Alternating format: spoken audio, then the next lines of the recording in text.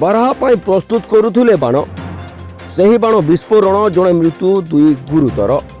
एभली अभावनीय घटना देखा मिली मयूरभंज रे बारहा शिकार पाई लुचि बाण प्रस्तुत करुवा बेले अचानक होइतिला विस्फोरण आउ घटनास्थल में गुरुतर भावे आहत होइतिले 3 जण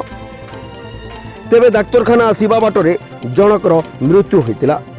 एभली घटना मयूरभंज जिला झारपकुरिया थाना अंतर्गत जटियासोल ग्राम में घटी किछि लोक बारहा शिकार पाई निज घरे बाण प्रस्तुत करुवा बेले घटी अघटन मिलिथिबा सूचना अनुसार विस्फोरण में आहत भक्क सोरेन बारहा शिकार पाई जगर मुर्मू और दास टुडू निज घर बाड़ी रे हाथ तैयारी बाण रे बारूद भर्ती करुवा समय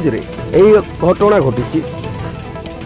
फल घटनास्थल में 3 गुरुतर आहत होते बहु जोर रे शब्द शुणी ग्रामवासी आसी देखा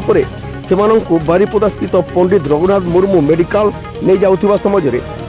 मुर्गबाड़ी ठारे दास टुडूर मृत्यु होइतिबा बेले जगर मुर्मू को डाक्तरखाना रे भर्ती करथिले परिवार लोके बाण फुटिबा घटना को लुचाइबा को जाई मृत व्यक्ति को डाक्तरखाना फेराई आनिथिले विशेष सूत्र खबर पाई